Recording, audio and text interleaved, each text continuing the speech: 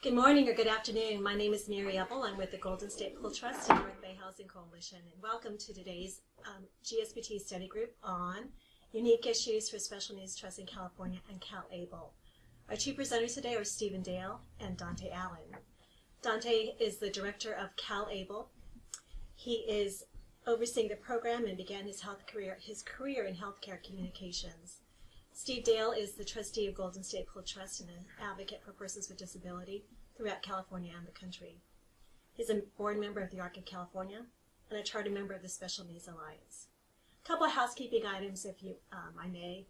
For those of you who are online, please write your questions into the chat, and Amy will monitor the chat and read your questions at the end of the presentation. For the live audience, please hold your questions to the end, and we'll, again, have a half hour afterwards after the presentation for questions. For those of you online who are looking for MCLE credit, there'll be three opportunities or 3 points in the presentation where you'll see 4-digit codes.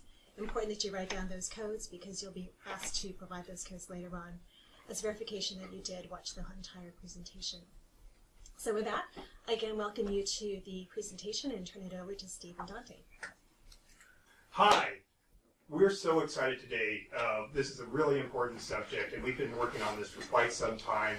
Actually, we've been doing ABLE programs for a couple of years now. Today, what we're going to do is we have Dante Allen here from CalABLE. So we're going to talk about ABLE programs with a special focus on CalABLE. Here. So anyway, we're going to have as much time as possible to talk about this. So Dante, I want to thank you so much for joining us today here, and we're looking forward to learning a lot about CalABLE and how this can benefit persons with disabilities. Thank you for having me, Steve. Pleasure to be here. Great. Oh, the thing I should mention is this has been approved for 1 unit of MCLE credit. There's our provider number, and like Mary had mentioned, for those of you that are applying for credit, if you're an attorney or a fiduciary, there'll be 3 codes that are going to come up during the presentation here. If you do not have the form to fill this in, you can get the form by emailing amy@gspt.org. So that's AMY@gspt.org. Got the housekeeping out of the way here. So I've already been introduced to you. I am, again, Dante Allen, Executive Director of CalABLE. The program has been up and running since December 18th, and I'm pleased to announce that we crossed the 1,000 accounts open threshold last week with just about $3.8 million in assets under management. And the important thing around that is that when we talk about how many accounts we have and how many assets under management, it really is to stress that this is a new program. The industry in and of itself, the ABLE industry, is still trying to find its footing. And so the more acceptance we can get from the community, the better position that we'll be in. So we are very happy that the response has been as robust as it has been. I know that it took California some time to get off the ground, but I'm here and happy to share information with you today. Great. So we'll go for the next slide because I think you all know who I am. Yeah. So for those of you who are unfamiliar, the Federal ABLE Act was signed into law in 2014 by President Barack Obama. It added a subsection to the IRS Code 529, which is the college savings program. It added 529A, which gave us the ability to create, for each state to create its own ABLE program. They are, and ABLE programs are tax advantage savings accounts that can protect from asset testing from government programs like SSI or Medi-Cal. It keeps money, ABLE money safe when they're spent on qualified disability expenses, and it allows the individual, the person with the disability, to have more control over their own finances. CalABLE is our state's offering. It's sponsored and represented through the State Treasurer's Office I am a state treasurer appointee, and we operate out of those offices. California's ABLE law generally mirrors the federal law, and as you'll see, there are times that we have to make some adjustments to make sure that we are aligned with the federal law. But the general substance around ABLE is that it's been kept intentionally broad. And you'll see that when we talk about things like what makes up a qualified expense, there's not a lot of granularity to it. It was meant to be purposefully broad, and so it gives a lot of flexibility. So to talk a little bit about CalABLE as a team, and Steve mentioned we have a huge and sprawling team of 3 people that are crossing the state right now, making sure that we're getting the word out about the program. So I actually spend a lot of my time in settings just like this one, not as technologically advanced as Steve's multi-camera studio, but we often get the opportunity to talk directly to people who are interested in the program or people who are advocates for others. So I would say that this, even though I don't know many of you here, this feels like a familiar crowd to me. A little bit about who we are. Our vision is to provide greater financial security to Californians living with disabilities. We want to meet the diverse needs of our customers and families, and we want to be customer-driven, accountable, and most of all, we want to be trustworthy partners in helping you figure out the financial future, especially for individuals with disabilities. Now, there are some basic elements to CalABLE that you probably need to understand. In order to be eligible for a CalABLE program, a person must have a disability with the age of onset prior to age 26. That has been part of the initial founding of the ABLE Act, and if I had to guess, I would say it was done as a compromise when folks were trying to figure out what was the cost to the government for these tax advantages. They looked and said, how can we limit that to some degree? Now, there's already been talk, and there is actually a law in Congress or a bill in Congress right now that's looking to change that age of onset to age 46. And the important thing to know about that is that doesn't mean that you needed to have a diagnosis before the age limit. It just means that you would have to certify from a physician or healthcare professional that the condition likely was onset before age 26. If you meet the eligibility criteria for disability benefits like SSI or SSDI, and your disability occurred before age 26, you sort of automatically qualify for a program, for an ABLE program. That doesn't mean that you have to be receiving benefits. There's also a process where you can self-certify, and that's where you say, I will provide upon demand documentation that shows that I meet the criteria. And the conditions that are covered are very broad ranging, everything from cognitive disabilities to physical impairments to mental health disorders. So if it's listed on the Social Security Administration's list of compassionate allowances, then it is a qualified condition for an ABLE account. So one of the things that comes up, for those of you that know the work we do at GSBT and my background, I do a lot of work with mental health, folks that have mental health or behavioral health diagnoses. You know, the issue that comes up, very common, for instance, for somebody with a behavioral health diagnosis is it may be that they didn't start getting benefits until their late 30s or even later, but like, you know, once again, usually with most mental health issues, it's not like one day everything's okay and then the next day something snaps. It's usually a continuum. So for instance, for schizophrenia, it's very rare that schizophrenia actually the onset is after 26. So the thing about it is, don't let the 26 thing deter you. I have had very few folks with mental health diagnoses where they weren't able to qualify for a CalABLE account.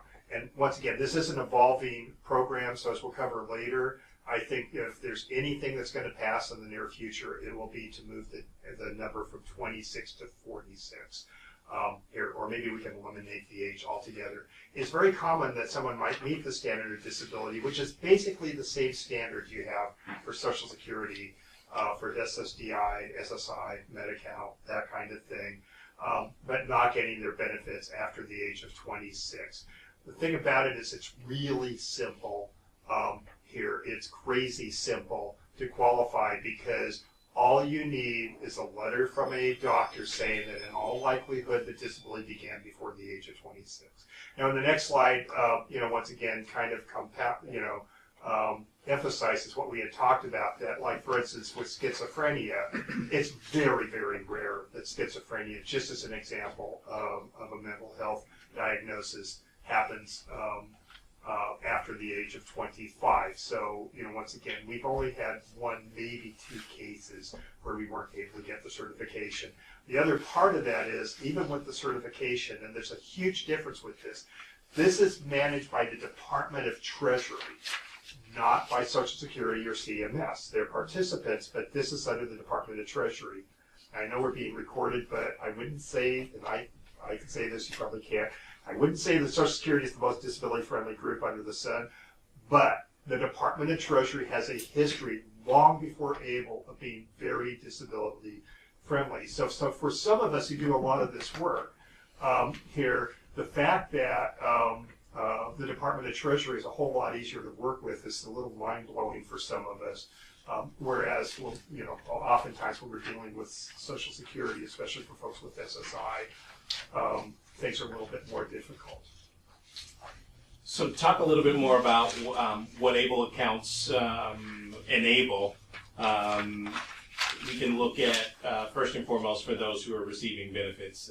SSI is the standard to which ABLE programs have been designed around. And so for those of you who are familiar with the program, you're aware of the asset testing that goes along with SSI and the amount of resources that an individual is allowed to have and still maintain their benefits. And if you're aware, that's a fairly paltry amount of $2,000. Once you exceeded that amount, your benefits could be suspended. But with an ABLE account, you have the ability to put into the bank up to $15,000 a year and up to $100,000 in total without affecting your benefits at all. And so part of what happens is that once you get above that $100,000 threshold, then your resources start to get counted and your benefits can be suspended. You wouldn't be kicked completely off of SSI, but what would happen is that they would look for you to spin that down until your account was back below that $100,000 and essentially $2,000 that you could say. Our system is built so it'll automatically reject anything that goes in above either your annual deposit amount. And there is one circumstance, and I'll talk about later how you can deposit more than $15,000 a year. And it'll also alert you once you're getting close to that $100,000 limit, especially if you are receiving benefits. Now, the lifetime contribution amount for an ABLE account is up to $529,000. Knowing very well that once you got above that $100,000, you're probably eliminating yourself from lots of government benefits programs. But you do have the ability to go up to $529,000, and that's based again on our college savings, the state's college savings program, which allows contributions up to $529,000. So ABLE to Work is a program that was that started with tax reform of 2017. It allows individuals who are working but are not actively participating in a company matching funds retirement program to actually contribute up to their total income or the federal poverty level above that $15,000 a year. So instead of being only able to contribute $15,000, an individual could contribute just a little bit over $27,000, and that is provided again that beneficiary, the person with the disability, is working, and they're not participating in that employer-sponsored retirement plan. So this information comes directly from SSI, and it says if the beneficiary is receiving supplemental security income benefits, when the assets in the account total $100,000, any monthly SSI benefits will be placed in suspension. If the assets in the account drop back below $100,000, the benefit suspension ceases and the cash payment resumes. And the beneficiary won't have to reapply. They will stay within, even under a suspended status, they'll stay within good favor with SSI, so that their benefits would continue as soon as they're back below that threshold. So the real cool thing is you don't have to reapply and do it twice, right? Yeah. It's bad enough to do it once. To have to do it a second time is like a pain in the butt. Yeah. So one of the major elements of an ABLE program is that the only thing that you can put in it is cash, and it comes post-tax, right? That you can't put stocks or bonds or real estate into an ABLE account. It's only cash, and it's done post-tax. But once the money is in there, any principal gain, any gain in interest is all tax advantage. You don't pay it when you take a withdrawal on that money if it's for a qualified disability expense, and I'll talk about what would qualify. So the beneficiary or their representative can direct their investment. We have several options, including an FDIC insured account, so to ensure that there's no loss of principal. And if you want to move the money around once it's in the accounts, you have the ability to change the allocation of those assets twice a year. And just like with our college savings program, the investment options are determined by the program, and so we wanted to create a program that had a robust enough portfolio that there was choice, but that it wouldn't be so onerous that a first-time investor like many of our ABLE account holders are to be frustrated or confused and have it be a barrier to entry for them. So one of the key elements to an ABLE account is that you're only allowed to have one at a time. That means that if you have a California ABLE account, you can't open a New York ABLE account or a Florida ABLE account. The only way that it's possible is for that short time if you're doing a rollover. And so once you have an ABLE account and you say you open one because it took California a while to start our program, if you open one in Oregon or anywhere else in the United States, and once California opened, because you know that California must have a great program, then you could roll it over. That's the only time for that very short period that you can have two accounts. So qualified disability expense, that's something that comes up quite a bit, and folks want to know what's covered, what's not. And the real idea around qualified expenses is that it was left intentionally broad. And essentially the rule of thumb, or the actual wording in the guidance that Social Security gives, is if it improves or enhances your health, your quality of life, or your independence, it's a qualified expense. They go a little further in defining that, but with that broad of a definition, you could just about imagine that practically anything could be a qualified expense. But they went further to say that it includes education, housing, transportation, healthcare. You may have heard that you can't pay your rent with an ABLE account. That's not true. You absolutely can. So there are legal fees, even burial expenses would qualify. And so when those funds are spent on a qualified disability expense, the regular taxation of any gains that you had on that money, or any penalty for early withdrawal that may have existed previously, are not considered. This is just a list of some of the things that we've talked about. And so I often get the question, what would not be a qualified expense? And so, and it really takes some thinking, but there are probably some things that that may get you disqualified. And I have to say that it's not illegal when you take a withdrawal from your ABLE account. You just may be subject to those taxes and penalties if it's not a qualified expense. The other element is that we, as in CalABLE, will never ask or never make a determination on whether your withdrawals are qualified or not. The only time that you may be asked to verify how you're using that money is if you're audited by the IRS or the Franchise Tax Board, or when you're doing your medical or your government benefits analysis. But there are a wide array of opportunities to be able to use that money.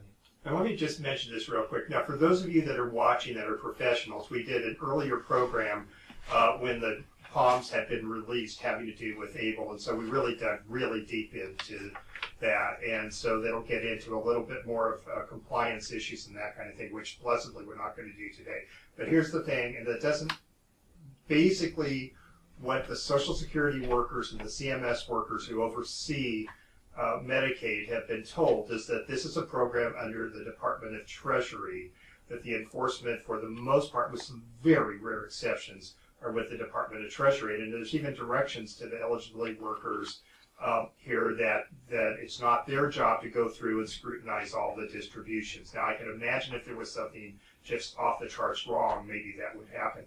It is the IRS, here is the Department of Treasury that's reviewing this here. And so once again, there's a whole lot less scrutiny going on with the ABLE accounts. In fact, it may be years until we have a case here that involves this. So really, this is a whole different game, partially because it's under the Department of Treasury. Yeah. And so just as examples of things that might not be considered qualified expenses, the purchase of alcohol, or any sort of illegal purchases wouldn't be considered qualified expenses. So if you were purchasing illegal drugs or anything like that using money from an ABLE account, you're subject to taxes and penalties if you withdrew from your ABLE account to do that. Okay, so this is our first MCLE code for those of you that are watching for credit. So code number 1 is 9351. Here, that's 9351. And if you do not have the sheet to apply for credit, email amy@gspt.org. Okay. So using your CalABLE account, there's no charge for withdrawals. There's no limit on the number of withdrawals that you're able to have. We won't ask you what you spend your money on, but we advise you to keep track, because you may be asked by the IRS or benefits agencies, and so keeping a record and receipts is something that I would consider to be highly valuable for you. You can transfer money electronically via a checking or savings account, or you can have checks that are cut directly to a third party. There is a charge for that. I think it's $5 per check.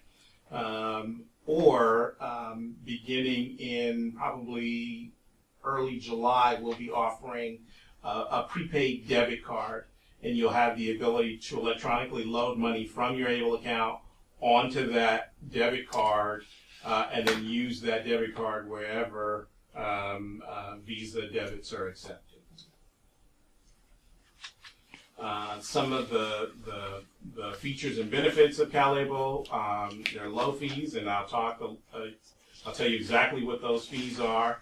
The enrollment is free. It's online. If you have a tablet or a cell phone, you could be doing it right now as we're talking.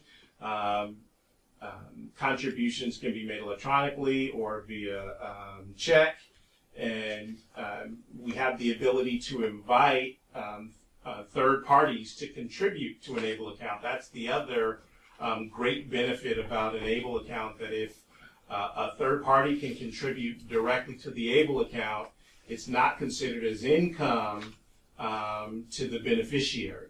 So the difference being, like, say, a parent of a child with a disability, of an adult child with a disability who has his own apartment, and he receives a housing benefit where he has, where he pays a share of his income in rent. If money is given directly to the child to pay for that, to the adult child to pay for that rent, that money is considered income. If it's put directly into the ABLE account and then used to pay rent, that money is not considered income. So in effect, that rent as a percentage of his income, his or her income, would be lower. And we also have an e-gifting page where you can set up sort of like a GoFundMe. So if you're doing a targeted campaign, actually to save money, let's say for a piece of assistive technology or for modifications to a vehicle, you can let your entire network know that, hey, I'm doing this, and here's how you can contribute to it directly, and you don't need to know a special account number or have any specific information. You can just follow the link back, and it'll let you know how you can do that. I've mentioned our options and investments and our debit card that will be coming soon. There are a few reasons why it's beneficial for residents of a particular state to join their state's program over others, and I'll give you a couple of examples. The primary one is back in 2017, California passed SB 218. And what it does is it eliminates the state from filing a claim to recover any Medi-Cal costs that were spent on the beneficiary after that beneficiary has passed away. And so what happens is that before SB 218, at an ABLE account beneficiary's death, the state could go in and say, hey, we want any money that we spent on their health care, we want to recover that.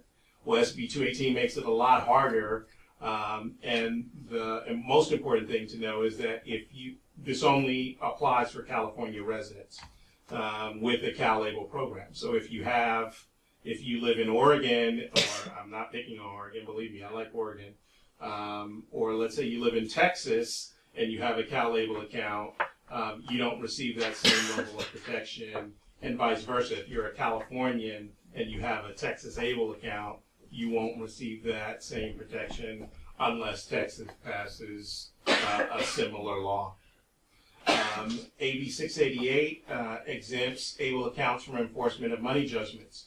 So that means that if you are sued and it's determined that you owe money, they can't dip into your ABLE account in order to recover that money. I talked a little bit about Able to Work, which came as a part of tax reform in 2017, but it also allowed you to roll over from a college savings program to an ABLE account. Say, for instance, if You opened a college savings program for a child before you knew that they had a disability, a cognitive disability that would basically guarantee that they wouldn't be able to go to college. You can move that money over and then into an ABLE account, and then you have the full flexibility of qualified disability expenses. You also have access to the Savers credit, and that means if the beneficiary is contributing money into their ABLE account, they can claim up to a $2,000 credit for being a saver. And all of those provisions, these federal provisions, are set to expire in 2025 unless they are extended. So I mentioned that I'd talk a little bit about the CalABLE fees, and what you'll find is that this is a very inexpensive way of saving and investing. There's an annual account maintenance fee of $37. That's taken out in 12 monthly installments. There's an underlying investment fee. This is the fee that is charged by our program administrator, and that goes from 0 percentage points if you are simply saving in that FDIC insured account, up to 0.1%, depending on which investment option you choose. There's a state administrative fee, and so let me point out too that as we've been building the program, as the program has been in operation, the funding of the program has come through a general fund loan, which means that we're required to, once we become self-sustainable, to pay that money back to the state. And so this is how we will do it with the state administrative fee, which is under 0.5%. So it's still a relatively affordable way to save or invest. And then there are occasional fees, a paper statement fee. If you choose to, most of you will be interacting with an ABLE account electronically, so it may make more sense to receive a statement via email. If you do that, there's no charge. If you opt for the paper statement, then it's a $10 charge. And then insufficient funds fees, and I mentioned that if you had a paper check cut, it's $5 per account. There's no online enrollment fee, so there's no charge to enroll in the program, and your minimum and subsequent deposits need to equal $25 or more. This is an example of how those fees play out depending on the options that you choose. The assumption here is that with $3,000 in the ABLE account, here are all the charges that are associated. If you choose the FDIC option, your only charge for that entire year will be that $37.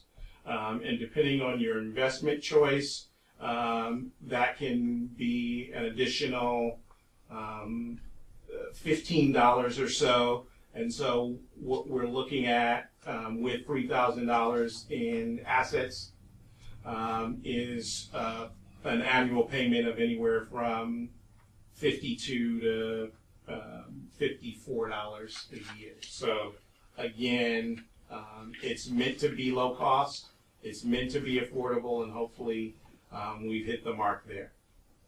The investment options are relatively simple. Again, like I said, they're managed by our program administrator, TIAA-CREF. We have that FDIC insured portfolio, which says that you won't lose your principal. And the fees that we charge, the only fees that are charged on that is that $37 account maintenance fee. We don't take a state administrative fee on that money because we know that if you're choosing not to lose principal, we don't want to nickel and dime you with fees that would cause you to lose principal. And that FDIC insured account can operate just like a checking or a savings account. And then the rest of the choices are based on your tolerance for risk. So there's a conservative portfolio, a moderate portfolio, an aggressive portfolio. and that that lets you know or gives you an idea of the potential for return and also the potential for loss. And so you can make those choices at the time of enrollment, and you have the ability to reallocate or change those funds if needed. This is an actual snapshot of the enrollment website. When you make the choice to enroll, you can allocate any portion that you choose into any of the options selected. So it's, you can say, I want to go 25% across all 4 options, or you can say I want 100 in the aggressive investment option, or I want 100 in the conservative option. It's completely up to you. Okay, so a couple of things, and just digging a little deeper into the woods here, talking about Medi-Cal or Medicaid and the payback. So one of the things here that was in the federal law here is that under the federal law, upon the death of the able beneficiary, there's a lien for any Medi-Cal or Medicaid that the person used from the time the account was established. Now, when they wrote the law, they actually wrote into the law that that would be collected when the state provides a request for payment. So Pennsylvania was the first. Somebody was very clever and actually read the law here and said, I know what we'll do for Pennsylvanians. We'll just have a law that says we won't put in a request for repayment, and that's how they avoided the lien. Now, there are 6 states, including California, who's done that. So here's the thing that comes up. And for some folks, the Medi-Cal recovery may be important. Some, it may not be that important here. But if you're using California Medi-Cal and CalABLE, CalABLE here, according to the law that Dante had talked about, is not going to submit a claim for Medi-Cal. Now, if you have somebody who leaves during that period and goes to, like, for instance, Oregon, here, it won't protect you from the lien in Oregon. Okay, so that's something you want to keep in mind. If you stay here, put in California, that shouldn't be an issue. So once again, if there is an issue about the lien, there's all sorts of ways to deal with that. Now, the thing to look at is we talk a little bit about the Medi-Cal liens are pretty common here in California. So we have a lien already for any Medi-Cal use after 55, where it runs through probate here, and we won't spend a lot of time on that. So there's ways to avoid the payback for that. And also, we're going to talk a little bit about using special needs trusts, maybe with a little focus on third-party or estate planning trusts. Those don't have liens at all. So if the lien is an issue, there's different strategies to avoid it. But one real easy strategy is, if you're in California, stay put, use Medi-Cal, and use a CalABLE account. Who can establish the account? Now, this is huge, okay, for advocates, for persons with disabilities, for fiduciaries, for attorneys. I'll tell you, with all the presentations I give, especially since I focus a lot on working with folks with developmental disabilities, where capacity could be an issue here, this is something you really want to pay attention to. So the only person, and this is going to be important, and for those in the audience, I'm going to end up asking you for a little participation here. The only person who can establish or have a signature over the account is, and I think I'll take this from you for a bit, here is the eligible individual themselves. Okay, so if they're an adult and their disability began before the age of 26, so they can get a certification and they have the capacity to do this, they can set this up themselves, okay? Or it can be done by an agent under a power of attorney. Now, we're going to cover this a lot more later, but if you set this thing up and what you would like to do, or if you wanted someone to apply for you, here, you can do that through a power of attorney, and you can do a fairly simple power of attorney to give authority to do that. Now, you would have to have capacity to do that. As far as managing the account, let's say, like for instance, I have a client with cerebral palsy, totally competent, but because of the tremors, it's very difficult for them to do a lot of the work. So let's say that person would like their sister to be in charge of the account. The power of attorney would be the way to do that. And so I would say for any person who has capacity who opens up the account, a power of attorney would be a must, so you can choose who would be in charge of the account if there's a reason why you can't. or it can be set up by his or her parents, okay? And we'll go through some examples with that in a moment here. Or lastly, it could be done by their legal guardian, or in California we call them conservators. Okay, so once again, unless the ABLE beneficiary lacks capacity, they have first priority to manage the account. This is what I want, where I'm going to need your help. The ABLE account, no matter who sets it up, is owned by the person with the disability. This is going to be extremely important as we go through some of the examples. So, who owns the account? I need some participation, kids. The person with, we're going to try that again. Who owns the account? Person with a disability. Okay, that's not going to be the last time we do that, kids. Okay, so, and this is going to be really important. Now, the thing as we talk about this in capacity here is, and keeping in mind that the disability community is very broad. So it goes from folks who have no problems with capacity at all to folks who barely have capacity of that kind of thing. What is capacity? It's kind of like obscenity. You know it when you see it. So it doesn't necessarily mean, and I'll use my niece as an example when we talk about it all the time. I was almost privileged to be one of the first Californians to open up an ABLE account. Because of the snafu, it was probably like the 5th. But we set up an account, my wife and I, for my niece Erica, who lives in New York, that has Down syndrome. Now, does she have capacity? Does she know who she is? Does she know where she is? Does she know the year? And does she express her opinions, even when I would prefer she wouldn't? Yes, she does, right? So she definitely has capacity. Can she add up a column of numbers? Absolutely not, right? And we have a lot of concerns about that, but she certainly has capacity to manage the account. She may not be skilled at this point of managing a checkbook or adding up a column of numbers, but that doesn't mean that she doesn't have capacity. So that's something you really have to look at. And if there is somebody who, unless they lack capacity, like they're conserved or something along that line, here, if they demand to manage the account, whose account is it? It's their account, right? So it's the person with the disability. So that's a real important thing. Now here's the scenario just to kind of talk about this and something to think about when we're doing this. So this is an example, and I want to apologize for my fascination with cartoon characters. But we have Fred and Wilma, who have a daughter named Pebbles, who was born with a severe developmental disability, which does not mean she doesn't have capacity, okay? Fred and Wilma establish an ABLE account under their authority as Pebbles' parents, which they would be free to do whether she has capacity or not. Pebbles lacks capacity to manage her account or execute a power of attorney. So by definition from our story, let's just assume that she does not have capacity. Fred and Wilma maintain signature authority over that account as parents. So far, so good. Fred and Wilma pass away in a tragic accident, and their neighbors and best friends, Barney and Betty, step up and take care of Pebbles.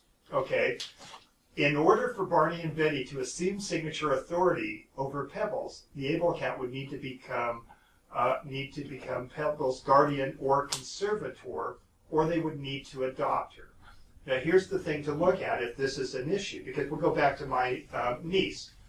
She is conservatable. We could conserve her, but we made a decision as a family that that's not something that we want to do, and we're more than happy to just have her not be conserved because, you know, once again, it's,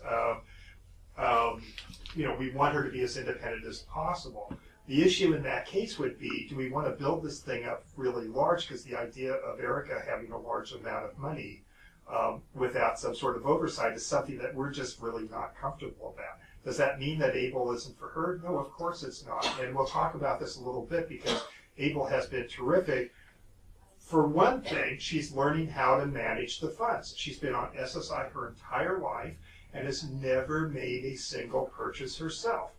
Now, when she started making purchases, she made some incredibly inappropriate purchases because, well, anybody in this room ever make an incredibly, my wife would say I do it on a weekly basis here, but you know, how do you learn how to manage funds or financial management and that kind of thing if you don't get an opportunity? So one of the values of the ABLE account for her, amongst many, is we're teaching her how to handle funds. And so we've gone from completely inappropriate to questionable expenditures. So we're getting there. We're moving as time goes. I mean, that's one of many examples of the value of this.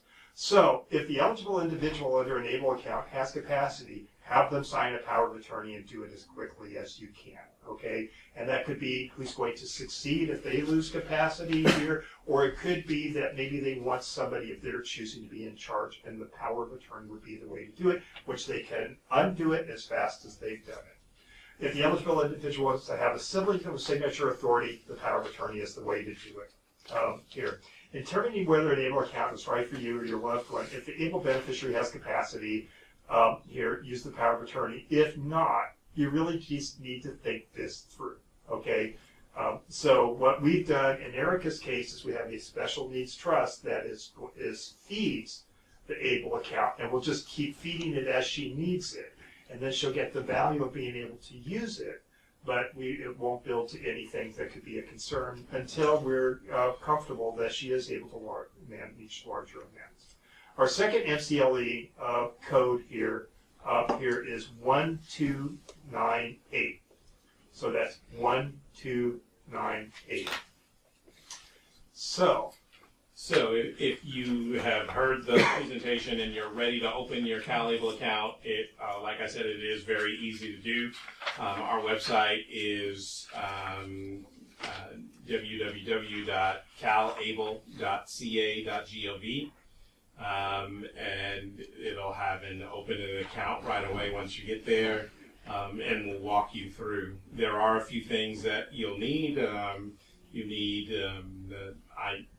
proof of identity for the beneficiary as well as the individual who is opening and managing the account. You'll need proof of residence. But really, it is a very simple and easy to navigate process. We do have where you can reach us. We have a customer service line, as well as email where you can communicate with us and are available for you anytime. Yeah, we already pretty much covered this, but this just goes back under the actual law, which says, once again, the clever way that was found to get around the lien is what the law said, is that the lien is to be collected if the states file a claim for reimbursement. In California, passed a law saying we won't file a claim for reimbursement for California, so that doesn't have authority if you use this in New York, okay? So this is something near and dear to me as we talk about this. Here, which is housing expenses, okay, especially for people that are on SSI. One of the most perplexing things that come up here is that when you have a person that's on SSI, and if somebody assists them for paying for housing, and these are the 10 things that well, there's actually 9 things, and the 10th one is food. So that's like paying for mortgage, real estate taxes, rent, heating, fuel, gas, electricity, water, sewage, and garbage removal. If somebody on SSI is not able to pay for those things out of their own pocket, if they get assistance from a family member, or if they get assistance even from a special needs trust, what happens is the beneficiary has their benefits reduced, their SSI, and only SSI reduced, dollar for dollar for the assistance that they're receiving, capped at what's called the presumed maximum value, which this year is $277. This is one of the stupidest, most antiquated laws on the books, and I would just make this. I'm going to show you a clever way to get around this, but I'll tell you what my wish is that we use the ABLE program as a stepping stone to talk to our congressional leaders and say, why do you penalize families for assisting their disabled loved ones with housing? Shouldn't we actually get a tax credit or something along that line for helping a person with a disability with their housing? This is an antiquated law that's been on the books for probably 40 years, and the actual answer is to turn the law around and undo it. But until then, an ABLE account is something that we could use this for. Now, we're going to go through some examples in a bit here, and I was privileged enough to be on a team that actually worked with Social Security prior to implementation of ABLE, because none of us knew what the hell we were doing. Here, like a lot of things, we had to make some stuff up. Here, and what you're going to see is for SSI benefits folks, there's a huge benefit of an ABLE program for housing, because whose money's in the ABLE account? Okay, can I do this again? Whose money's in the ABLE account? The disabled individuals. So what you're going to see is by putting your own money or putting trust money in the account, it instantly becomes the disabled person's money. And so now they're paying the rent with their own money. That's the clever trick here. But as we're going to show you, this has a profound benefit of over $3,000 a year. And here's the really sad thing. You don't even need an attorney to help you. If that trend continues, where are we going to end up? So there have been a number of improvements. I already mentioned the rollovers and the Able to Work program and access to the Savers credit. There also have been bills that would that make CalABLE a national program, meaning that if you lived in another state, you could join the CalABLE program. We talked about the money judgments and the transfer of money between ABLE accounts and the limits from the state recovering on Medi-Cal costs. There are a couple of bills that are currently in the state legislature. Two of them are looking to create a conformity with federal law based on that tax reform, which meant that if you roll over from a college savings program into an ABLE program, under federal statute, you're not subject to any taxes or penalties. But until we get California law to match that, you would receive a tax bill from the franchise tax board if you did that same thing. We're also looking at offering some kind of tax credit as an incentive for that third party, for friends and family who want to contribute to an ABLE account, looking to give a dollar for dollar credit for any money that you contribute to the. That would be on when the giver files for their taxes, they can apply for that credit. So those are things that are making their way through the legislature right now. I've testified on those bills and am happy to see when there are active community supporters out there as well, and encourage you to do whatever you can to communicate with your legislators and let them know the importance of these bills.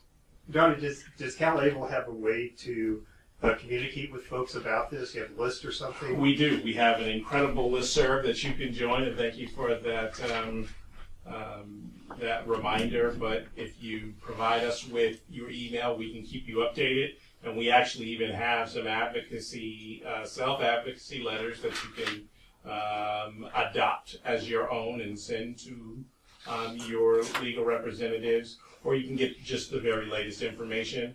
We're also available on social media, so on Facebook, on Twitter, on YouTube. So we're just about everywhere that either you or your friends and family or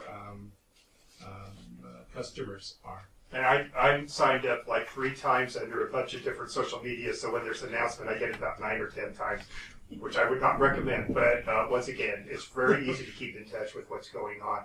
And ABLE itself is not a finished product. There's still work to be done, and CalABLE is still a program in development, and it may go to places we couldn't even imagine at this point. So I don't know why I jumped at this. And once again, the one thing that I hope, if nothing gets through on the federal level, is to raise that age from 26 to 46. And as Dante had said, the reason for it, and just to get this out of the way, why did they set the number of 26? And the reason they set the number of 26 is the Congressional Budget Office score was sky high when they first started with it. And I remember the night that we actually thought the ABLE Act was going to go down.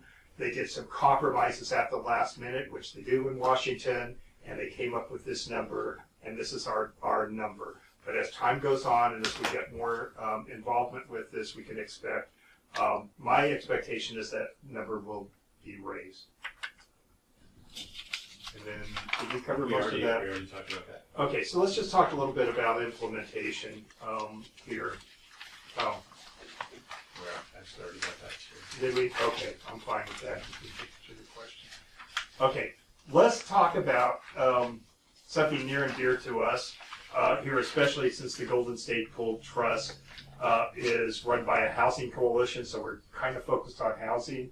Let's go back to the housing thing here. For folks that are on SSI, let's just do a little review. SSI, unlike SSDI here, is a needs-based program where any cash will reduce benefits dollar for dollar. So unearned income, if you give somebody cash, it'll reduce their benefits dollar for dollar after the first $20. Now, just to mention, I talked to a family member yesterday who was feeling queasy because she's always giving her son, who's on SSI, you know, $400 or $500 under the table. And what is that called? I think it's called fraud. Okay, and people do it all the time. Just imagine trying to live on $930.70 in the San Francisco Bay Area. If you like shelter and you like food, it's going to be a challenge. Okay, so that happens all the time. If you give the cash directly to somebody on SSI, you get a dollar for dollar reduction. If you run the money through the ABLE account, there's no reduction. So you can actually come out of the shadows here, and that's one of many uses of CalABLE. The able to work is an important part of this, and that's something we probably could do a full webinar on. But the basic rule for SSI, if you earn it, you lose $1 for every $2 you earn after the first $65. Now, I do want to mention this. The Able to Work is a great program. You can add an additional couple $1,000 of earned income to this. No, how much can you add on Able to Work? 12,000, right? Here, that doesn't mean when you earn it, it's still income. You're still going to have the reduction of benefits. This is the question we get all the time. But you can take the after benefits money and put it into a CalABLE account to save for a future date. The problem we always have with folks working is they keep going over that $2,000 resource limit and then have to spend it on stupid stuff. Well, now they can save it for something maybe a little bit more useful. The thing that I want, oh, and let me mention this one thing. For those of you that are interested in working in that kind of thing, the best website, and I'll give you the long name, you should write down the short name. The best website for this is the disabilitybenefits101.org website, or db101.org. That has calculators on it, and really we should always encourage folks that are disabled, if they're able to do it, to work. Working oftentimes is the avenue to greater independence. It has its challenges, but there we are. But the thing I want to talk about is housing. We go back to this here. If you pay for food or shelter, or let's say you have your child living in your home and they're unable to pay fair market rent. So those of you that follow, go back to our website at gspt.org. Mary did a number of videos, one of which is how do you calculate household expenses. Let's say your household expenses are $4,500 a month. Here for 3 people, you divide that 3 ways. Here for the person with the disability living under that roof, their fair share is $1,500. Kind of hard to pay $1,500 when you only have $930.70, right? How could you do that? Now, as we had talked about, there are 10 items they count when they talk about in-kind support and maintenance, the reduction of benefits. And we'll probably get to food in a bit because food gets a little confusing here. But once again, the penalty is when somebody else, including a special needs trust, pays for housing, they consider it outside income. As we're going to see, if you run the money through the ABLE account, there is no reduction in housing because we're paying the housing with whose money is it? Disabled individuals' money. Okay, so let's go through an example. Let's say Belinda has been disabled from birth and receives $931.72 in SSI, our current SSI rate. She's a beneficiary of a self-settled special needs trust. Now, this would be true whether it's a self-settled special needs trust, which would be money coming from like a personal injury settlement, a third-party special needs trust, which would be coming from gifts from other family members. It would be true if it came from family members. It doesn't matter where it comes through here. But she would like to move to a nicer apartment, which would cost $1,000 a month. Now, I'm not sure how nice $1,000 a month apartment is, but it would still be hard for her to pay for that apartment here with $931.72, especially if she likes to eat. She's going to need some assistance in order to make the move. So, if Bob, her trustee, were to give her $1,000 a month, that's under an income, and that's going to wipe out the SSI. So that's something we're just not going to do. What we've always done in the past is either have the trust or the family member here pay the landlord directly here, so the cash doesn't go to the individual with the SSI benefits. And then the benefit reduction would be $277. And really, that it's always been, well, that's kind of the cost of doing business. If instead, Bob, her friendly trustee, were to contribute $1,000 a month into her CalABLE account, and in turn, the funds from the account were used to pay the landlord, then there would be no reduction of SSI because we're paying it with her own money. See? Last code. So our last code here is 4234. 4234. If you do not have the form, you can get it by emailing amy@gSPT.org. Let's dig a little deeper into housing, because I would say that just as the trustee of the Golden State Trust, or as an attorney who does a lot of this work, the biggest issue that we deal with, second to nothing, is housing. Housing, housing, housing. Where will my child live is always number one on the list of things that persons with disabilities I work with are concerned about, as well as their families and their advocates. So let's say Sue Costa wants to provide her daughter, Mia, with a home to live in, okay? And we're seeing more and more parents doing this, if they can afford to do this, is actually leave the home for the use of the disabled individual during their lifetime. Sue is concerned that if she puts money into, puts the property into Mia's name, it could be subject to a lien. Now, there actually was a law passed last year that says that there would be a lien for any Medi-Cal she used when she passes away, if she owns the house, if the house goes through probate. So you can actually avoid that by putting the house in a simple living trust and avoid the probate here. But the other concern is, what if she was unable to live in the home someday and the home had to be sold? Well, the problem is, if the home were sold and it's in her name, then it's going to blow her eligibility for her SSI and her Medi-Cal, and she's going to have to do something else with the funds. So Sue is able to purchase the home, and rather than give the home to Mia, she titles the home into a third-party trust. And we have more and more folks that we're working with, not only with the Dale Law Firm, but also with the Golden State Pool Trust along this line. So here's what the law says. If the trustee of a special needs trust owns a title to a home for the beneficiary, the home would not be a resource to the beneficiary. Well, that makes sense, because a special needs trust by its nature is not considered a resource for public benefit purposes. It would also not be a resource if the beneficiary moved from the house someday. And I have this happen quite often. It could be that there is a date where the house is just not working and we either need to buy down or find another situation. So the special needs trust for many of my beneficiaries still remains the better way to go. Now, if the trust holds legal title to the home, the eligible individual would be considered to be living in his or her own home based on having what's called an equitable ownership under a trust. Now, this is something that came up about 10 years ago. To me, it doesn't make a lot of sense, but I like the results of it. So what we're basically saying is, if the house is in the trust, even though Mia doesn't own the house, she has an equitable interest, and we're going to treat her as if she owns the house, even so she doesn't. Now, what does that mean? Before this rule came through with Social Security, we would have to try to charge Mia full market value of living in the house so she wouldn't take the reduction, which the numbers today, it's impossible to do that. I can't imagine where we could actually make that work.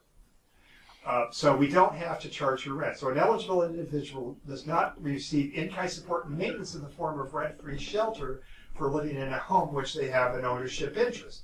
So far, so good. Accordingly, individuals with an equitable ownership does not receive rent-free shelter. So if the trust pays for other shelter and housing expenses, so let's say that Mia actually likes electricity and water and garbage and things like that, well, she's going to have a problem trying to pay for that with the $931.72. So if the trust pays for the other shelter and operating expenses, here it's going to be income as far as the ISM, the in-kind support maintenance, and she would take the $277 reduction. So Mia can live in the house without paying rent because she has an equitable ownership. She is still going to have pay for the taxes and utilities, which she doesn't have some assistance. So Sue transfers enough funds into Mia's CalABLE account, either monthly or annually, to allow her to pay the taxes, utilities, with no reduction in benefits, because once again, it's becoming her funds, and she's paying for those with her funds. Sue also transfers enough funds into a third-party special needs trust for Mia to continue making the contributions to her CalABLE account in the event that she passes away or loses capacity. Once again, we're seeing more and more people tying a special needs trust into an ABLE account, whether it's a Golden State Pool Trust account or any other type of special needs trust. And we start getting the best of both worlds. We get all in this case, we're showing the example of the benefit of the housing benefit, but we're also, in this case, that Mia will have use of some funds with some autonomy over it. There's many uses of this. So once again, this becomes a way to make sure that this will continue for the rest of her life. Sue feels much more secure and feels that Mia has the best of both worlds. Sue has provided a residence, and if Mia were unable to remain in the residence, the house could be sold and used for her other needs without disrupting her eligibility for benefits. If Mia were to be sued, the assets of the special needs trust are protected here, and that's going to be our last example. Many uses of this. Amy, this is where we're going to open it up for questions. Now, just to check, we are showing that people are... There are lots of questions. Okay. And we may run a little bit over, but eventually, I know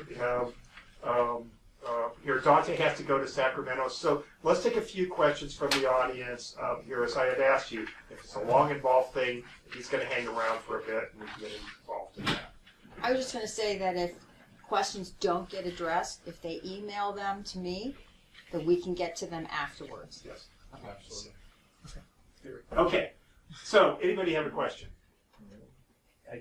How are balances at the time of death? How do they get distributed? Is by way of a will? I mean, they're obviously not held in a trust, so I'm assuming a trust wouldn't guide it. Those amounts would have to be probated. Does the disabled individual have the decision as to how it gets distributed? Let's build on that. Okay. First off, upon the death of the able beneficiary, where does it go? So if you had some type of trust or will, it could be distributed accordingly. So actually, first it would pay for any remaining qualified disability expenses, and like I said, that would include death and burial expenses that can be taken directly from an ABLE account. So, because my understanding, I should have had a slide on this, and this is an important question, is that it does go to their estate.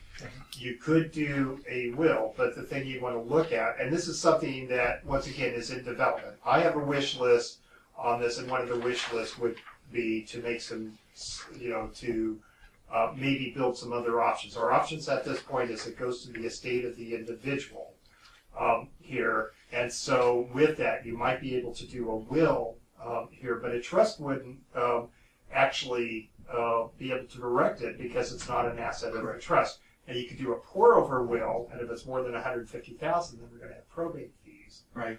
Here's the good news. We aren't going to see $150,000 in an ABLE account for quite some time. We have plenty of time of working on this. As advocates, just for my part, I would like to see more discretion here, because my concern is when it goes under over $150,000, then one, we would have to direct it through a will if you wanted to select who it's going to be, and secondly, under current law, we could have an issue with a recovery lien for any medical used after the age of 55. This would be on the wish list of things to work on. So it would be desirable then, if you have a third-party special needs trust, maybe established by a parent, you'd only feed as much as you need to into the ABLE account and leave it in the third-party trust, where then that would guide the distribution upon the death of the beneficiary. And I would say this is one of these things. This kind of reminds me when Special Needs Trust first got started here, and I was privileged or terrified of being very involved in it because nobody knew what the heck to do with these things, and we just made a bunch of stuff up. Now it's policy. Or in the same situation. This is a new tool. It's the new shiny thing out there. The focus has been on setting these up, trying to make them usable and all that. I think that we as professionals who work with this thing, we have a lot to offer CalABLE and advocates about how we could better fine-tune this. I would put that on the list. Right now, it goes to the estate, right? And so you're right. If that's something you just couldn't live with that, there would be workarounds, and that's something we may cover later. Do we have one other question, Herb? Why don't we do that, and then we'll take something from the... Sure. So it's my understanding there is no recovery on assets in the CalABLE account at the event of death. For Medi-Cal. Yeah. For Medi-Cal, right? So Right. no Medi-Cal recovery. So I just want to make sure I understand this. That's just for what's in the CalABLE account. If there is a first-party S&T or special needs trust, recovery still exists for that, even if a person has a CalABLE account. Exactly. Okay. Same rules apply. Now here would be the thing to look at. Many of us have set up accounts in other states waiting for CalABLE to get up and running, and some of us are waiting for some other feature, but, hey, we're Californians. Here, of course, we want to see the CalABLE program benefit. Now, what happens, like, for instance, we've set up a lot of accounts in another state.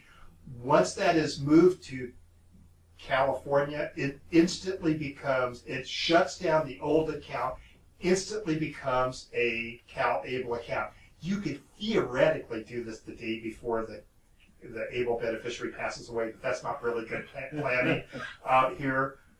It just matters what state they're in when they pass away. Now, let's say one of our biggest exports in California is Californians here. So let's say you move to Pennsylvania, which has the same scheme. If you're concerned about the lien, the CalABLE does not have the authority to forgive the lien in Pennsylvania. So you probably have to do the same thing. If you move to Pennsylvania, you'd want to move that account to Pennsylvania if avoidance of the lien is what's important. And, we'll be talking more about different uses of ABLE accounts. Some folks use it as a savings plan. We've been using it a lot as a money in, money out plan. There's all sorts of different uses of this depending on the needs and our objectives and that kind of thing. This was set up to be something simple.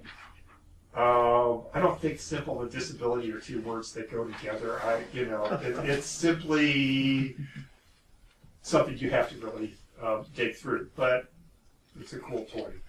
Let's take one from one of our viewers out here, Amy. Okay, I'm going to go first in, first out. Okay, does the ABLE account or a special needs trust affect Section 8 housing in any way? I'll let you take that one.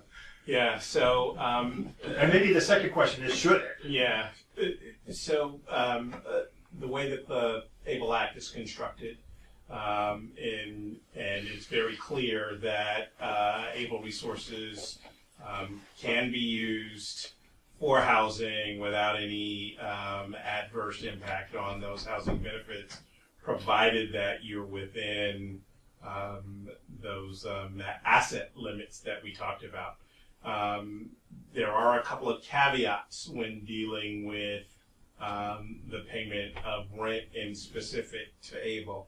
The first is, and this is one of those quirky things that exists in government programs, is that for rent only, if you're using money from an ABLE account to pay rent, that money needs to be paid within the same month that it's withdrawn from the ABLE account. So the complicated factor there is, so if I withdrew money from my ABLE account on April 30th and I didn't pay for my rent until May 2nd, and I was receiving benefits, my benefits provider would look at that money as an additional resource. And so that would jeopardize my benefits, especially if I'm receiving Section 8 housing. It could require my share of that Section 8 housing to increase simply because I made a calendar error. But if I took money from my ABLE account on April 1st and made my rent payment on April 2nd, that money is not considered as an additional resource. So there is.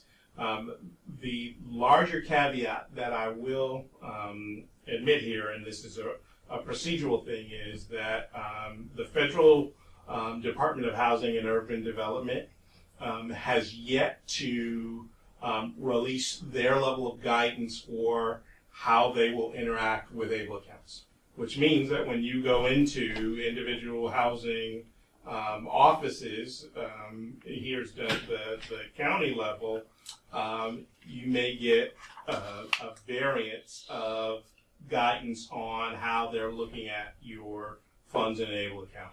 Some folks may say we're going to count every dollar of it. Some folks may say we're not going to count any of it. And the law is clear that they shouldn't be counting any of it, but that doesn't have any real effect in the real world when you're being denied your housing benefit.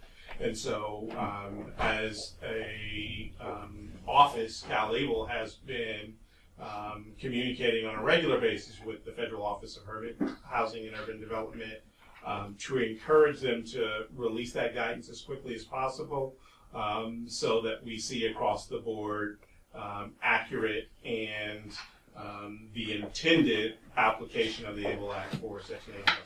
So they need to read the damn law and follow what the law says. I think that does kind of illustrate something else as we're working with this, because even though, for instance, with Social Security, the laws are much clearer and there are tons and tons of guidance out there. This is new for a lot of the eligibility workers, and a lot of them aren't getting the training and the guidance that they need here, and we have run into some problems. I would kind of suggest in those cases when we identify these things, that's something we do want to communicate back here to CalABLE, because once again, so they can communicate and maybe we can work on some of the training here with that. But it's going to take some time for development and for all of this to work its way down. To me, you don't have to have a law degree or an LLM to figure this out. The law clearly says it's not supposed to affect any federally mandated programs here, and HUD certainly is one of those. So hopefully HUD will come around. Hopefully someone will open up the law and read it and give us the guidance that we deserve. So that's something we need to do some advocacy on. We'll take one from the audience, ma'am. The qualified disability expenses. I just didn't see food in there. Is there a reason for that? Do you want to tackle that, or? Sorry to ask that. I would certainly say that food enhances my quality of life. And so in the short frame, it should be covered. Steve will have a... I feel stronger about it. To me, that's a QDE, even though it's listed here. Now, keep in mind, and my authority is, well, I don't have any authority whatsoever here. I don't think there's a question about it. Now, take what I'm going to say. I'm not saying that people should do things fraudulently, but let's just look at this otherwise. Let's say it was used for food. In order for there to be a penalty, your ABLE beneficiary would have to be audited by the IRS, or they would have to turn themselves in, and you'd have to have an auditor who actually understands what the hell they're talking about here and all of that. I think the better thing to do is that if you can avoid using it for food, that's probably safer. The chances of having a problem or a penalty later is greater than zero, but it's not a whole lot greater than zero. And we should follow the rules, although at a certain level why you would, I'm not sure. But no, we should follow the rules, especially since we're seeing with somebody from the state treasurer's office here. But, you know, once again, and it doesn't mean that anything goes. I personally think that food is a QDE, but I know this is something Amy has been working on because she's an ambassador with the ABLE National Resource Center And as far as those words coming out of somebody's mouth that it's a QDE, a lot of folks are hedging it. I would pay for food without a hesitation, and I think the risk is minimal. It's not zero. So that's it. A question from our web viewers, Amy? This is an easy one. Okay. Can the ABLE account funds be used for a vacation? Again, I go back to that three-tier look. Does it enhance or improve your health, your quality of life, or your independence? I would say a vacation would do all three for me right now. So let's take that a little further. ABLE beneficiary going on vacation, no question about it. ABLE beneficiary going on vacation and wants to take their sister because they have mobility issues and probably need help. Do you think we're okay? I still feel like we're in a good area. Let's go a little further. ABLE beneficiary wants to take their niece because their niece has never been to Disneyland, which will be in Disneyland coming up here. Are we? So that's where you're getting into the gray area, right? So, and ABLE accounts are different from most of your government programs that say that in order for something to be a qualified expense, it needs to be for the sole benefit of the person with the disability. That's not the case with ABLE. So, for instance, if you use an ABLE account to fund the purchase of a wheelchair accessible van, the person with the disability doesn't have to be the only person that receives a benefit from that van. From an ABLE standpoint, from any other kind of benefits, they were saying, well, if the rest of the family is using it 70% of the time, then only a certain percentage of the van will qualify. But so in the case of a vacation where you're taking and hosting others, that again comes into that gray area. And again, as Steve advised, the opportunity for it to come up is at a time when there's an audit. And given the size of most ABLE accounts and the income that's involved, I would say that that's relatively unlikely. Yeah, greater than zero, like I like to put it. The other thing with it is how tightly do you oversee what the expenditures are for? We don't look at it at all, ever. So they don't need to call up and ask you or Carrie permission Right. to say that you go to Disneyland and that kind of thing. Yeah. So there we go. The only variable in that is once we offer our prepaid debit card, there will be particular limits on where you can use that card. So you may not be able to use it at a BevMo, even though you can use it at like Safeway or something. Okay, we have a question way in the back. And speak loudly, please. Yeah, my question follows up on your debit card comment. So is a debit card going to operate similar to, say, the Stable debit card in Ohio, in that it'll say who you're purchasing from and what the amount is? And is that sufficient documentation for any audits? Or do you have to have a shoebox of receipts? So we're still going through the sort of the daily operations of the debit card, so I haven't seen the statement itself yet. So I can't say with 100% confidence that it will have all of that information. There will be a statement that will keep track of those things. But the main way that we look at debit cards or gift cards or any of those sorts of things is that once it leaves the CalABLE account, that's a disbursement.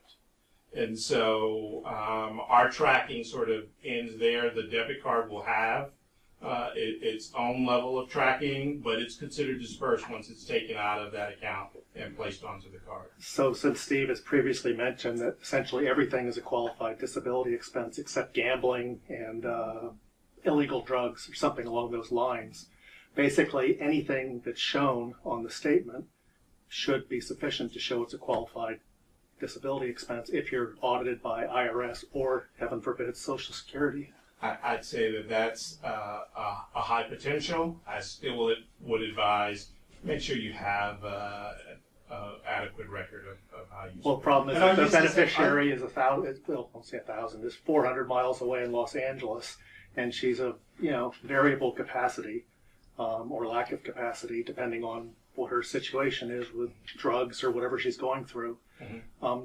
Do I have to count on her to keep a box of receipts for everything she uses her card for? Well, let me kind of suggest where I think this is going, and a lot of this projection, because in the special needs trust world, we went decades with Social Security never reviewing anything from a special needs trust. Those days are over, okay? Because now they're reviewing every single expenditure, and they're going back years and years and years.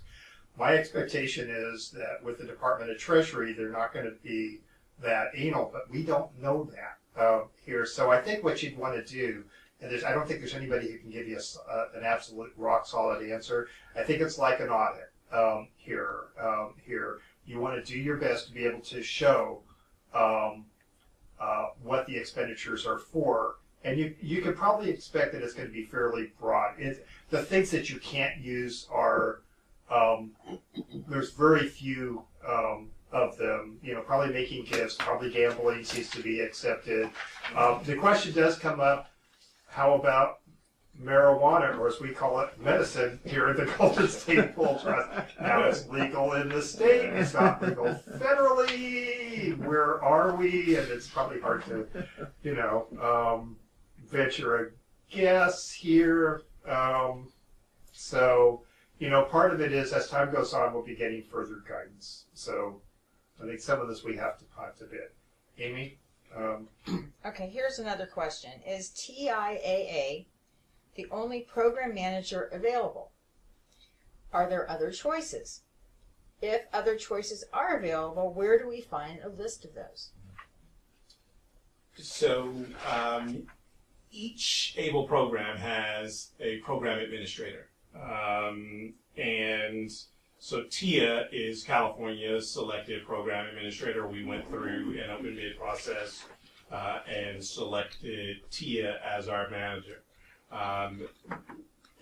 Where that matters to the individual consumer is that's where the investment funds come from. And so there are folks who have questions about, well, I know Diversified Investments has a great portfolio that I'd rather invest in, and you still very much have the ability to do that, not within the confines of ABLE. So all of our offerings currently are TIA products. That may change over time. We are our contract with TIA's program administrators for 5 years.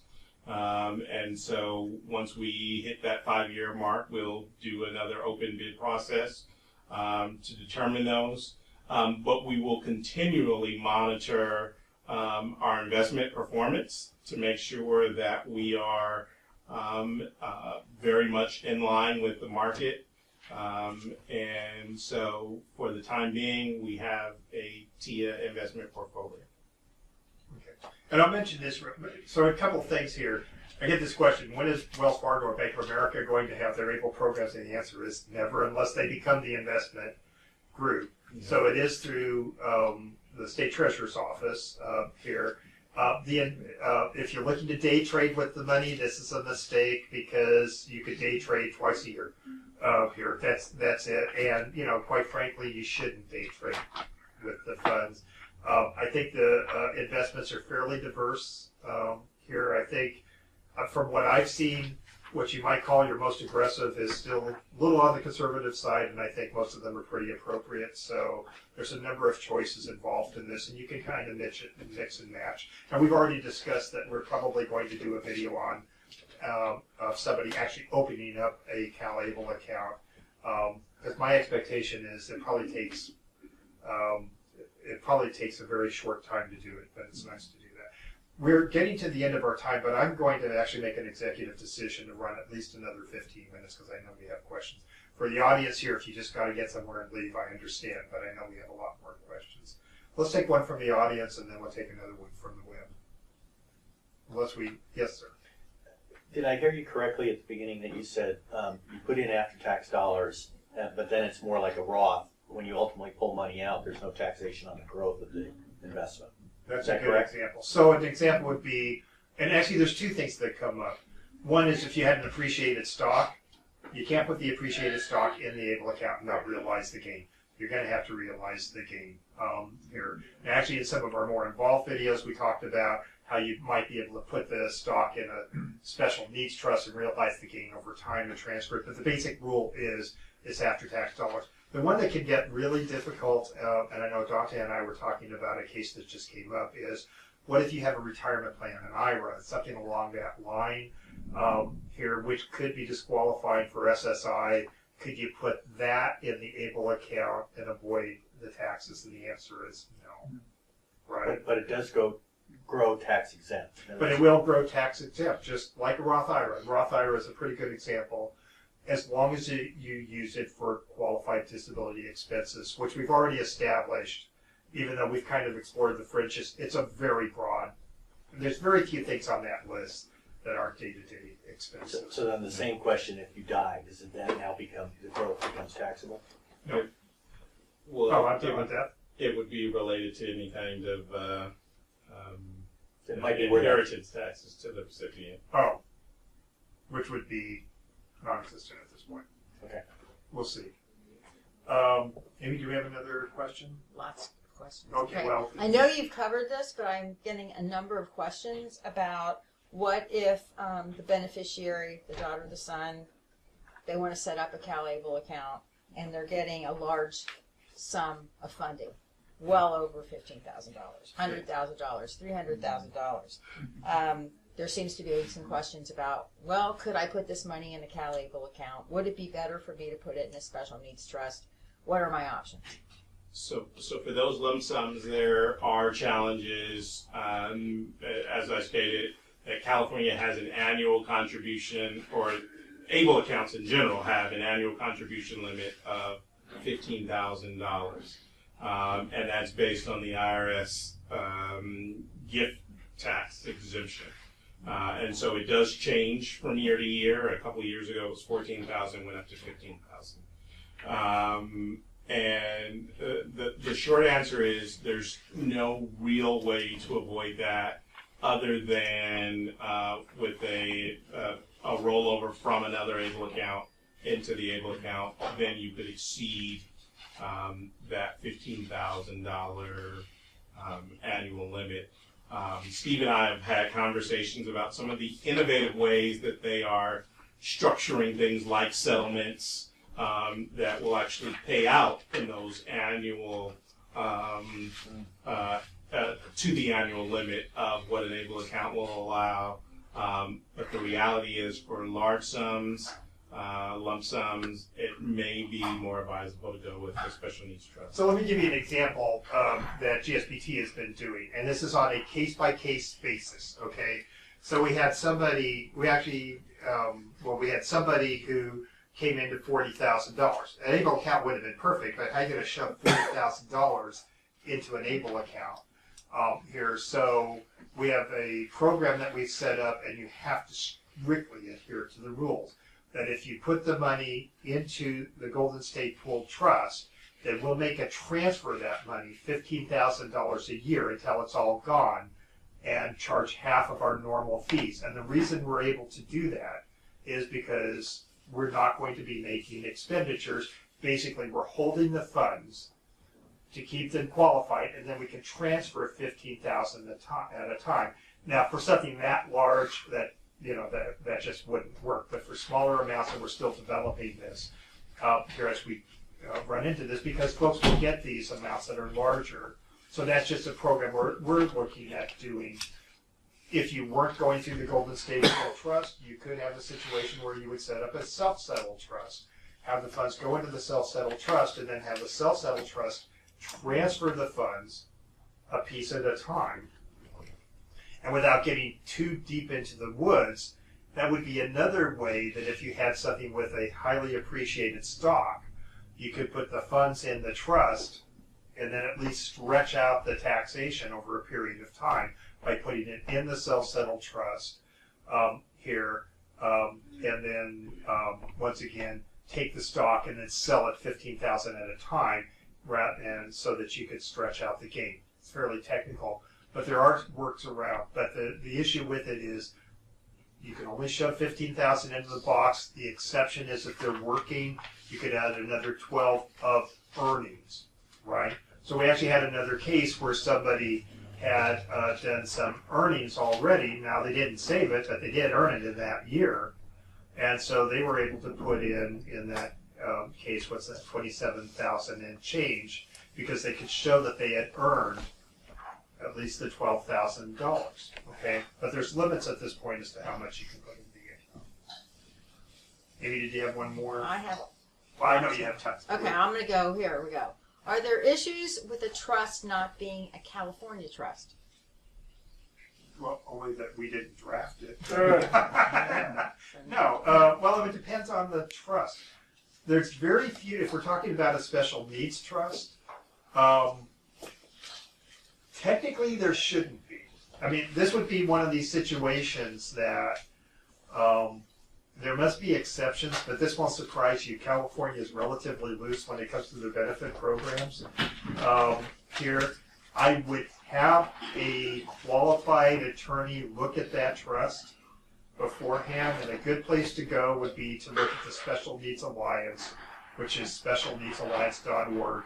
These are attorneys who have been vetted and should be able to review that and see. So that you're going to get it depends kind of thing, but in all likelihood, there's not a problem. If someone is on SSDI, what are the issues, if any? Well, there's fewer issues. We don't have the food and shelter issue. You don't have the asset, the $2,000 asset. Yeah. Or the $100,000 asset. Here would be you wouldn't have the $100,000 asset limit.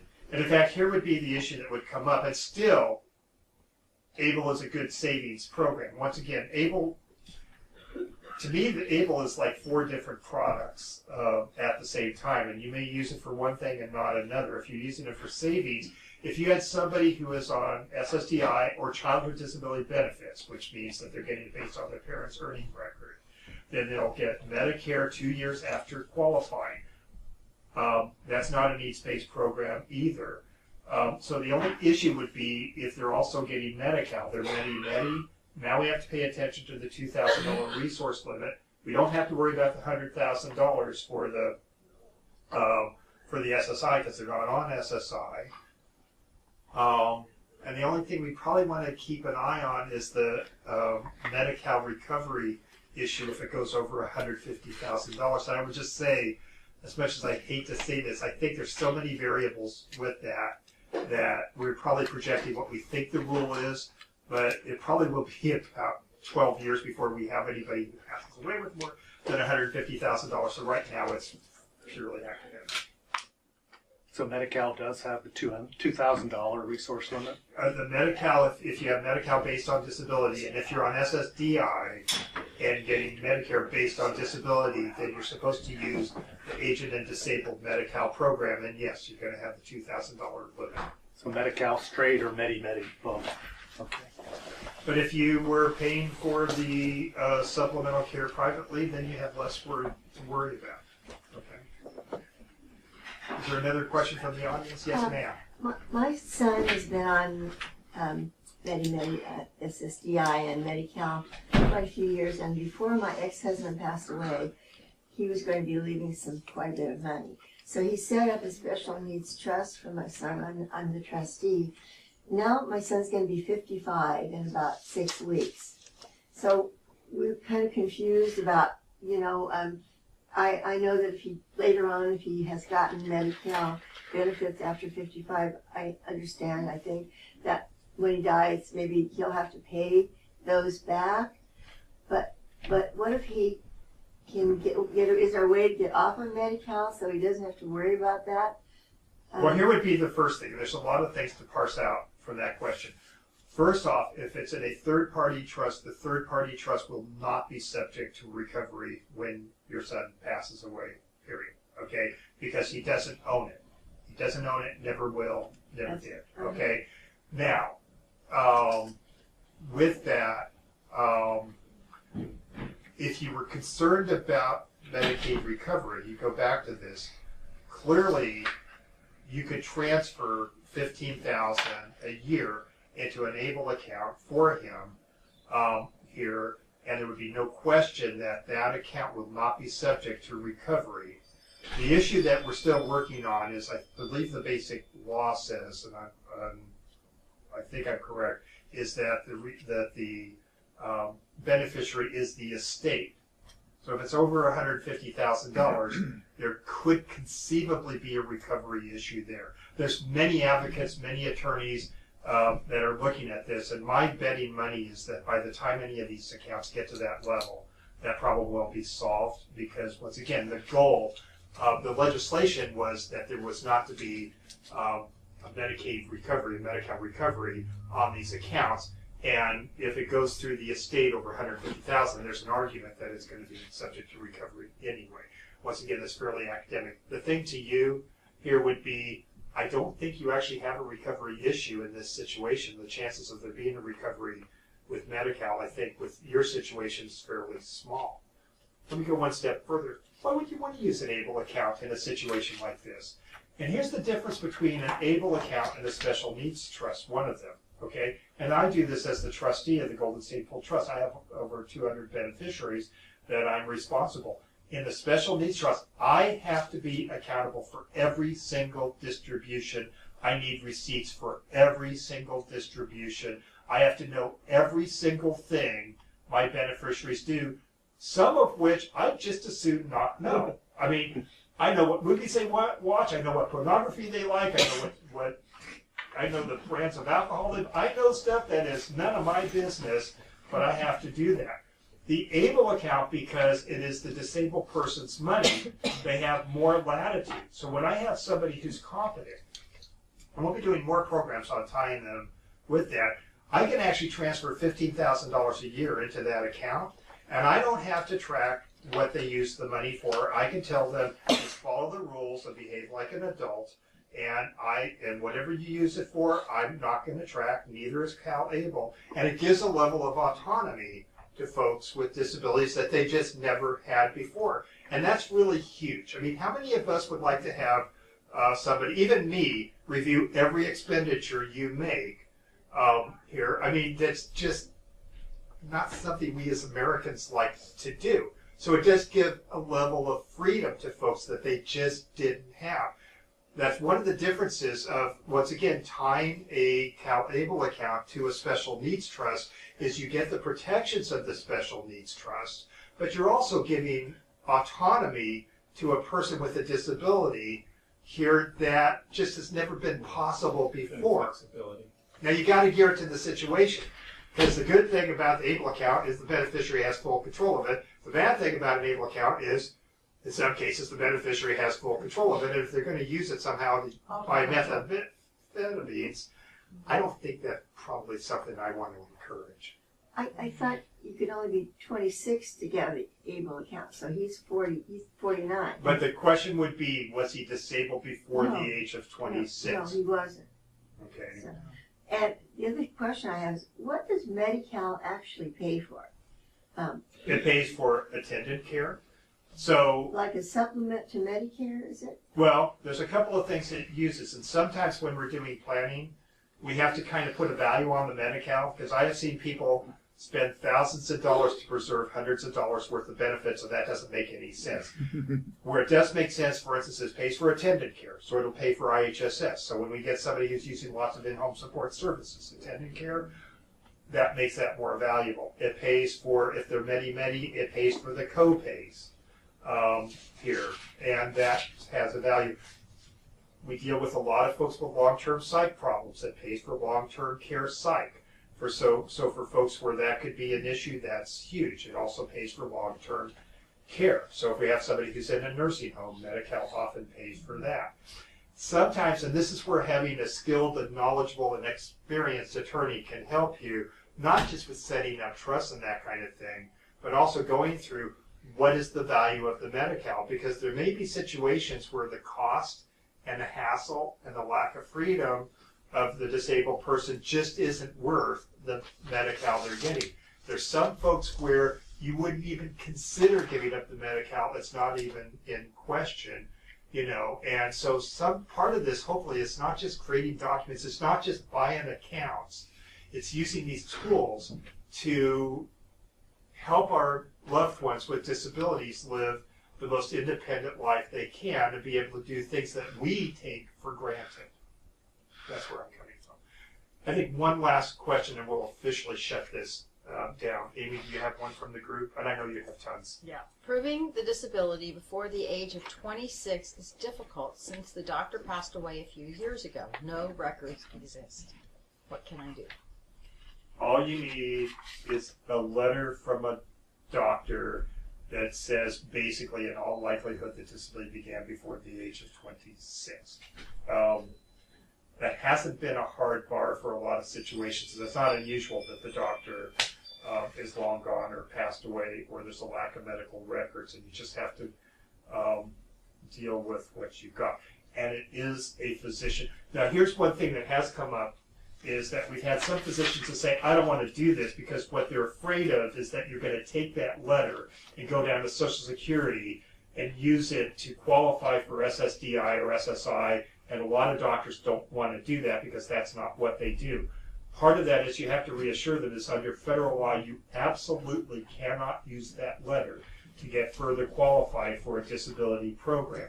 So, you know, part of this is that what I've done when I've intervened in these cases is assure the doctor under federal law, and that you can trust me because I'm an attorney here, which goes over well with the doctors here, but that, you know, that it can't be used for anything other than establishing that in all likelihood the disability began before the age of 26.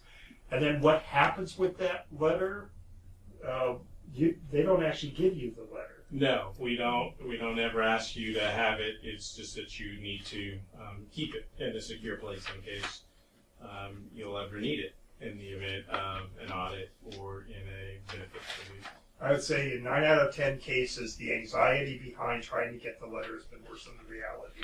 We have had some cases, we had a doctor who's just dead bang isn't going to do it, and there was no question the person was disabled, and we didn't have any other avenues because this is another problem. Trying to get physicians to treat folks with severe mental illness is a challenge in and of itself, but that's a whole matter for another day. I think at this point, because I'm sure that we probably could go into long into the afternoon, but we're at a point where we're going to have to close here. I want to make a pitch, and then we'll have Dante, you know, have the last word here.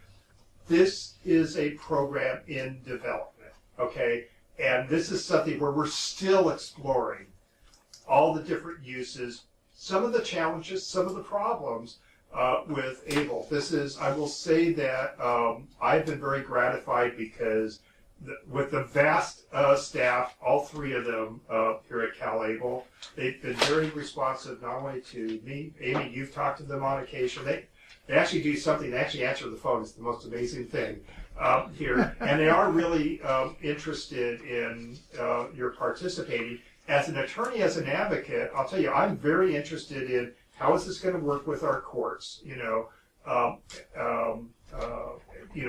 what are some other things that we can do to expand the development of this? And I really would encourage you here to get involved with this here. Also, you absolutely, and we'll make sure that those who've watched this, that we'll send you a link not only to the video, but we'll also send you a link to how you can reach CalABLE. You absolutely should sign up one time. Don't do like I did and sign up for every one of my emails here. And you'll get ongoing information. I will say I've attended the board meetings. The board is made up of leaders of different disability groups. They're very interested. We're all learning as we go. Without our input here, it's not going to be a great program. So really, I would encourage you, whether you're a professional, a family member, a person with a disability, or just somebody interested, this is something to learn about. The last thing with it is, my hope is that we're going to use this as an avenue as we start discussing what's really important, which is providing resources for a person with a disability so that they can live a quality of life, not just sustain themselves, but a quality life. And I think maybe as we do this, and as we work on legislation, maybe work on some other things, like for instance, let's get rid of the damn ISM reduction for people that help a person with a disability get housing. Why in the hell do we penalize them $277? Why aren't we looking at this, and why aren't we doing incentives to encourage folks? CalABLE is great to be able to work with that, but we can use this as an avenue for further dialogue. With that, Dante, I'll give you the last word here, and I'm so thankful that you came to share with us today. Well, thank you, Steve. I appreciate the invitation to be here. I appreciate talking to all of you and whoever may see this video in its many forms online. There are ways that you can get involved with CalABLE. The simplest way is to join our email listserv or connect with us on social media. We also have a couple of advisory groups that we rely upon. One is a state agency advisory group. The other are advocates and self-advocates, community advisory group. And we're also in the process of developing an ambassador program of our own that are looking at people who are very well networked and want to share the CalABLE message. And so we encourage you to interact with us, to share our message, and definitely reach out to us directly if you have questions. We strive very much to be a customer service driven office, and so as Steve said, we do answer the phone. One of my favorite things to do in my day is when I get an email from somebody who says, you're probably never going to answer this and I'm going to complain as much as I can, and then I answer it within 15 minutes of receiving it. I get a great joy from doing that. And usually it's, oh, well, the complaint wasn't all that bad, but thank you for reaching out to me. So definitely, I have cards here if you want to talk to me directly. Steve will include in the video when it goes out my information. But thank you for taking the time, and I'd love to continue the conversation. So, tying this up, bringing it home. Thank you for watching. For those of you that are attorneys or fiduciaries, once again, you can apply for credit, and we're probably going to be able to give 1.5 units since we ran a little bit over today here. And you can get the information about this program and other programs, other MCLE programs we are doing and continuing to do here by emailing amy@gspt.org. I believe our next program is housing coming up. So, Amy? I just wanted to say again, because there's lots of questions here that didn't get addressed, and I don't have the email addresses for the people that put these questions on the online chat, so please resend them to me. We'll put together a document with all the answers and send them out. Well, sounds like a lot of work, but that sounds good. And okay. So with that, I want to thank you all for attending. For those of you that are in the audience, we'll hang back a little bit. For the rest of you, enjoy your day and happy advocacy.